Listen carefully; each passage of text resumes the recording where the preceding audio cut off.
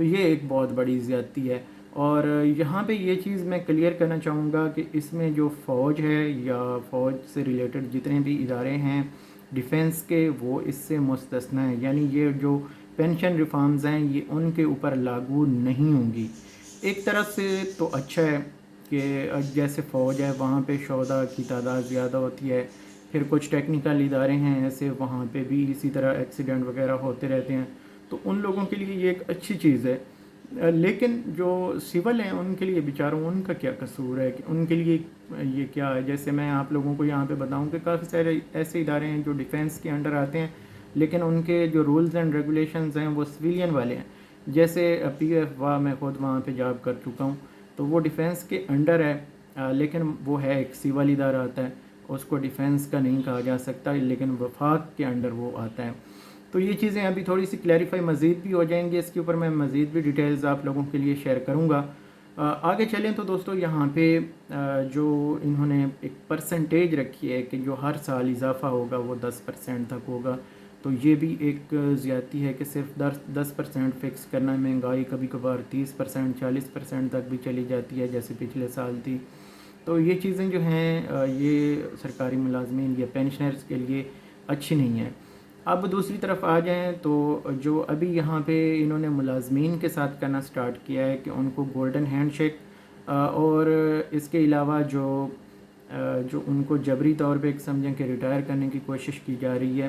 اور سکولوں کو پرائیویٹائز کیا جا رہا ہے۔ اچھا یہاں پہ دو چیزیں اب ہیں، ایک تو سرکاری ملازمین باقاعدہ یہ صرف سکول نہیں ہے، باقی جتنے آپ کے سول ادارے ہیں ان کو بھی یہ ٹارگٹ کریں گے، آج نہیں تو کل ان کی بھی باری ہے۔ اور سب سے پہلے ان کو ملا ہے سافٹ جو ایک ادارہ ہے وہ ہے ٹیچرز ہیں، وہ نفیس سے لوگ ہوتے ہیں، تو ان کے اوپر انہوں نے لاٹھی چارج شروع کیا ہے۔ تو ان کے لیے یہ سب سے پہلے کیا کر رہے ہیں کہ ان سکولوں کو پرائیویٹائز کر رہے ہیں۔ سکول تو پرائیویٹائز ہو جائیں گے اور لوگ بھی کچھ دن ہڑتالیں کر کے بیٹھ جائیں گے، لیکن جو والدین ہیں، جو پاکستان کا فیوچر ہے، وہ کہاں جائے گا؟ یہ بہت بڑا ایک سوال ہے کہ غریب کے بچے جو گاؤں میں تقریباً 90% لوگ جو ہیں وہ پرائیویٹ سکولوں کی فیس افورڈ نہیں کر سکتے، صرف 10% لوگ ہیں جو پرائیویٹ سکولوں کی فیس افورڈ کر سکتے ہیں، تو ان کے لیے یہ مسئلے مسائل ہیں۔ پھر دوسری چیز یہاں پہ یہ ہے کہ جو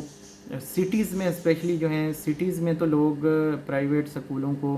پریفر کرتے ہیں، اس کی وجہ یہ ہے کہ تھوڑی سی پڑھائی بہتر ہوتی ہے اور بچوں کے لیے اچھا ہے کہ ایک اچھی پڑھائی اور اچھا سٹینڈرڈ ہونا چاہیے، لیکن وہاں پہ بھی وہ ساتھ کہتے ہیں کہ اب ٹیوشن ضروری ہے۔ پرائیویٹ سکولوں کی پہلے بدماشی چل رہی ہے کہ ایک والدین ان کو بھی فیس دیتے ہیں، پھر پرائیویٹ ٹیوشن بھی ان بچوں کو پڑھاتے ہیں، تو وہ ڈبل پہلے سے ان کے اوپر برڈن ہے۔ اور اب یہ سرکاری سکول ختم ہو گئے تو پھر تو پرائیویٹ والے اور بدماش ہو جائیں گے، پھر وہ سرکاری ہو جائیں گے اور فیسز بھی ان کی زیادہ ہو جائیں گی۔ تو اس لیے جو ہے یہ سب لوگوں کا ایک مسئلہ ہے، پوری عوام کا، پورے پاکستان کا مسئلہ ہے، یہ صرف سرکاری ملازمین کا مسئلہ نہیں ہے۔ جو یہ سکولوں کو پرائیویٹائز کریں اس کے اوپر سب کو بولنا چاہیے، نہیں تو باری باری سب کی یہاں پہ قربانی ہوگی، وہ کہتے ہیں نا بکرے کی ماں کب تک خیر منائے گی، تو وہی سین چل رہا ہے۔ ابھی ہم دیکھتے ہیں کہ ہاں وہ ادارہ جا رہا ہے، ہمیں تو کوئی ٹینشن نہیں، ہمارے اوپر تو یہ نہیں، تو بھائی یہ باری باری سب کے اوپر آئیں گے، کوئی بھی ادارہ جو ہے بچنا نہیں ہے، صرف جھنڈا رہے گا اور اس میں ایک ڈنڈا رہے گا۔ ڈنڈا جو ہے وہ عوام کے لیے ہے اور جھنڈا جو ہے وہ صرف دکھانے کے لیے کہ یہ اسلامی جمہوریہ پاکستان ہے۔ تو اللہ تعالیٰ برباد کرے ان لوگوں کو جو لوگ اس وقت پاکستان کے ساتھ یہ گندا کھیل کھیل رہے ہیں، اور 76 سال سے یہ جاری ہے، یہ آج سے نہیں ہے، 76 سال سے جاری ہے۔ یہ خان لیاقت علی خان ان سے یہ سٹارٹ ہوا اور ابھی تک یہ جاری و ساری ہے، اور اللہ کرے کہ پاکستان کی خیر اور پاکستان کی خیر چاہنے والوں کی خیر ہو، ہم تو یہ دعا کرتے ہیں۔ باقی پینشن ریفارمز کے حوالے سے میں نے آپ کو بتا دیا کہ اس میں پرانے جو پینشنرز ہیں وہ اس میں افیکٹ ان کے اوپر نہیں ہوگا، جو نئے ہیں انہی کے اوپر یہ نئی شرائط یا نئی ریفارمز جو ہیں وہ لاگو کی جائیں گی۔ اور اس کے علاوہ جو پینشن کے حوالے سے تھوڑی ڈیٹیلز تھیں وہ بھی آپ لوگوں کے ساتھ شیئر کی، اور سکول یہ لازمی طور پہ پرائیویٹائز کرنے جا رہے ہیں۔ اس کے علاوہ چاہے ٹیچرز نے جو کرنا ہے کریں، پروٹیسٹ کریں، جو مرضی کریں، انہوں نے سکولوں کو پرائیویٹائز کرنا ہے، نہیں تو یہ بھوکے مرتے ہیں۔ عوام کو کچھ فرق نہیں، عوام کو IMF کے قرضے سے کوئی لینا دینا نہیں ہے، عوام کو اپنی روٹی کی اس وقت ٹینشن ہے اور بچوں کی پڑھائی کی ہے، تو عوام تو جو ہے اس کو کچھ نہیں لینا دینا جو قرضہ ہے IMF کا، لیکن یہ حکمران جو ہیں یہ مرتے ہیں، ان کی بدماشیاں، ان کے اخراجات، ان کی جو عیاشی ہے